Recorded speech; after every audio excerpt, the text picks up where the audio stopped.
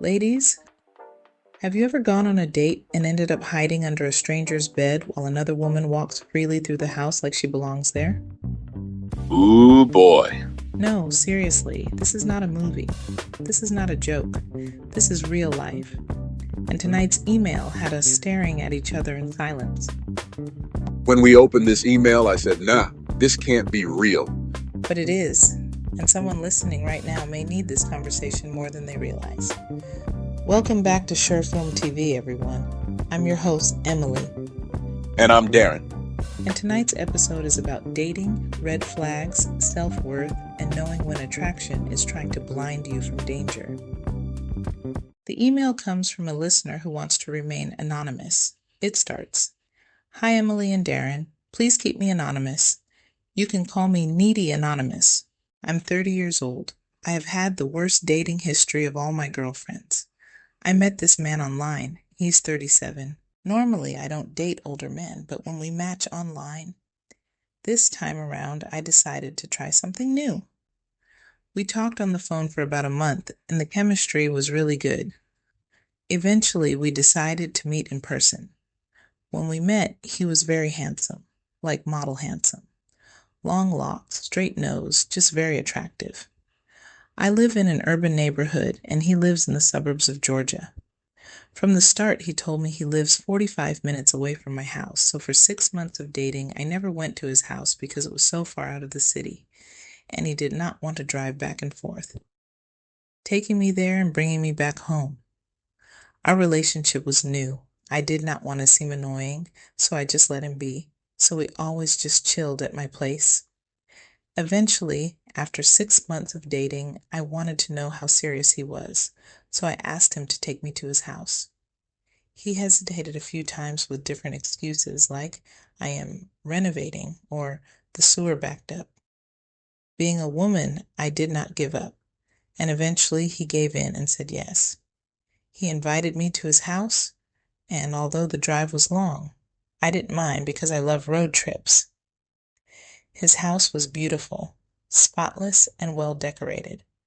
I asked him how he kept it so nice while living alone with a full-time job. He told me his brother's girlfriend comes over to clean and do the interior decorating. But months earlier, he told me his brother is on active duty in the military. When I asked why the girlfriend comes if his brother isn't there, he got upset and said she just wants to impress the family. I apologized and let it go. We talked, watched a movie, and he made sandwiches and Long Island iced tea. Then he said for our 7-month anniversary, he bought tickets to take me to see Brian McKnight in concert. I was so excited. He knew I loved listening to Brian McKnight. He took me to his brother's bedroom, and we started making out. But then we heard a woman's voice. He panicked and said, "Oh my God, my stalker's in my house." He told me to hide under his brother's bed because she's crazy and might hurt me. I hid under the bed. Then he left the room to meet her. I could hear them talking and laughing. I even heard him invite her to the same Brian McKnight concert. They stayed for over 30 minutes. Then I heard them walking down the wooden stairs, and I heard the woman's voice saying we should leave together. His response was, "I'll meet you outside. Give me a minute. I have to grab something." He then came back into his brother's room, told me I could come out from under the bed and to call a Lyft ride to take me home, and went on to say, "Clean up and do not leave any of your things behind." He kissed me on the cheek and said, "I love you." He told me not to call or text him until the next day because he didn't want to upset his stalker. He said she might unalive him. My heart is broken. I haven't spoken to him since then. I blocked him and avoid him when he comes by my house looking for me. I guess it's a good thing I work from home, so it's even harder for him to find me. My sister told me to stay away, but I don't want to lose a good man if I'm wrong about him. Maybe I am overreacting, or is it a possibility our time apart might change him? Am I overthinking this? Is he cheating? Should I forget about him, or should I stay with him? Signed, Needy Anonymous. For starters, that nickname Needy needs to go. Please don't be needy. Emily, Yes? that is not a stalker. That is a girlfriend or a wife. Whoa, whoa, whoa. Emily, I have to jump in. Before I give my response, let me say this. Anonymous, think of me as your brother giving you some brotherly advice because if you were my sister, I would advise you in the same way. First of all, who are we talking to right now? Because I'm confused. You're asking questions that answered themselves. I guess you did not read the letter after you wrote the email. You wrote, I was under the bed the whole time. That should have been the end of the letter. You're 30 years old. You said you've had the worst dating history of all your friends. And after reading this, I think I know why. It's not because you're unlucky. It's because you take too long to accept the obvious. And when I say you take too long to accept the obvious, I don't mean anything disrespectful. I mean, you're taking too long to process what happened. Or in other words, to come to conclusions, to accept reality. You are taking your time to stop, observe, and see when the warning signs are screaming at you. Emily and I, when reading this letter, caught it immediately. I'm pretty sure almost everybody listening caught it immediately. You didn't. And why would you agree to be hidden like a secret instead of protected like a woman? You said he did not want to take you to his house because he lives far in the suburbs, 45 minutes drive from your house. Anonymous, that is not far enough for him not to take you there after dating for 6 months. That's a big red flag. 6 months, that's half of the year. And then you justified it by saying, well, he's fine. So now fine men automatically come with stalkers. So if a man has a straight nose and locks and now looks good, you just accept possible homicide. And let's clear this up. 37 is not some older man. That's 7 years. That's not maturity. That's just 7 birthdays apart. You ignored red flag after red flag because you wanted this to work. You weren't overlooking them. You were collecting them. And the wildest part? Who takes a stalker to see Brian McKnight in concert? Imagine sitting through the concert and Brian McKnight singing back at one, just wanna be with you. And you're sitting next to someone who wants to unalive you. Shaking my head right now. Needy, anonymous. Wait a minute. I'm not even going to call you that. Anonymous. That wasn't a stalker. That was a woman who belongs there. That's his darn wife. Absolutely, Darren. Sweetheart. Listen to me very carefully. You should run, not walk. Run for your safety. This man didn't protect you. He didn't respect you, and he put you in a dangerous situation instead of telling the truth. A man who asks you to hide under a bed is not confused. He is deceptive. Young lady, right now, the only thing you need to do is get away. Just go. There's no explanation needed, because tell me, what could he possibly say that would make any of this okay? Every warning sign you noticed, they were real. Your intuition wasn't wrong. You felt it. But you pushed past it because you wanted it to work. You wanted to believe in him. And listen to me closely. This ending may have been protection in disguise. Whether that woman was his wife, his girlfriend, or someone already living there, that detail alone tells you everything you need to know. There is nothing left to uncover. What's truly shocking isn't just the lying. It's how careless and irresponsible he was with your safety. He knew another woman was in that house, someone he claimed was unstable, and he still brought you there. That shows a complete lack of concern for you as a human being.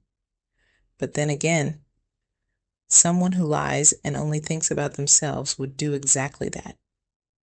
As painful as this feels, the best thing that happened is that you got out of there alive.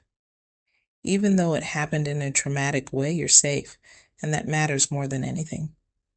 So let him call, let him text, let the phone ring nonstop. Do not answer it. There's no excuse he can give that justifies what he did. None. Your sister is absolutely right. Block him. Keep him blocked. Close that door completely and keep moving forward. And please take this as a lesson. The next time your gut starts sounding the alarm, don't silence it. Trust it. It's there to protect you. Listen to me, girlfriend. You deserve better than this. Oh. A girlfriend with keys, confidence, and concert plans. And that story about his brother's girlfriend coming over to clean and going shopping to pick out the drapes while her man is deployed on active duty in the military. I'm not falling for that.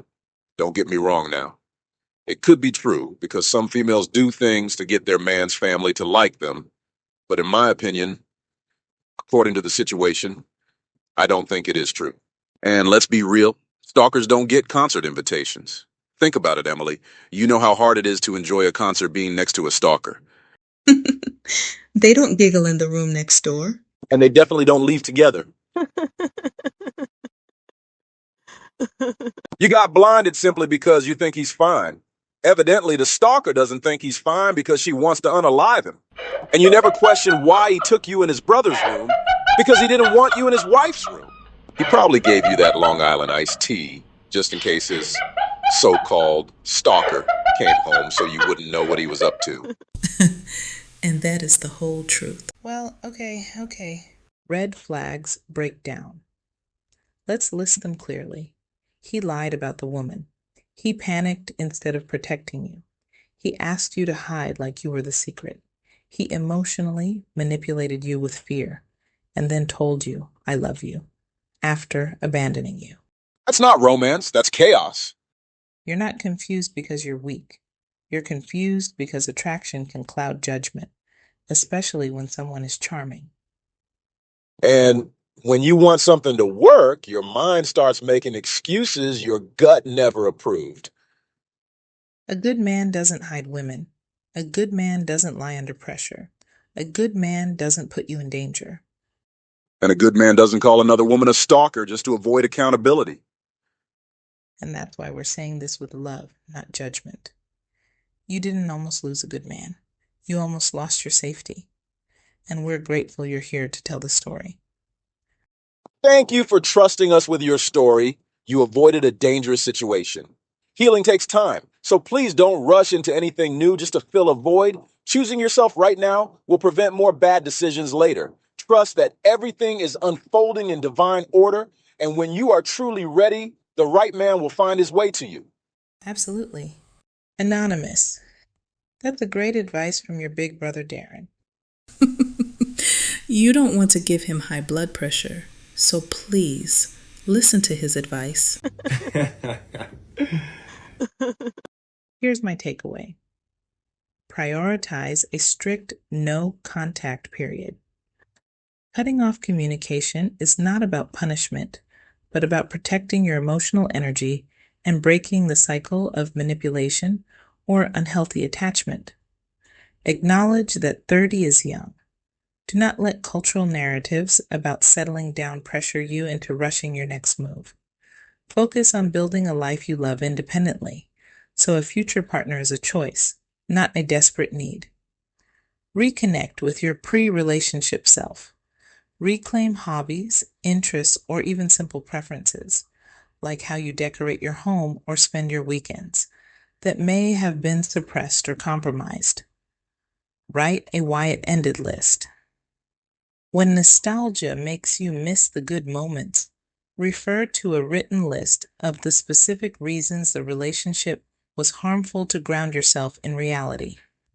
Invest in professional support. Therapy can help you process the trauma of a bad relationship, rebuild your self-worth, and identify patterns to ensure you don't repeat them in the future. Establish a daily grounding routine. Simple, consistent rituals, like a morning walk or a dedicated self-care practice, can provide stability when everything else feels uncertain. Emily, there's one last piece of advice I want to give to anyone listening. If something feels off, it probably is. Absolutely. If this episode helped you, please like, share, comment, and subscribe so this message reaches someone before they get hurt. Here on Sure Film TV, we love you very, very much. See you next week.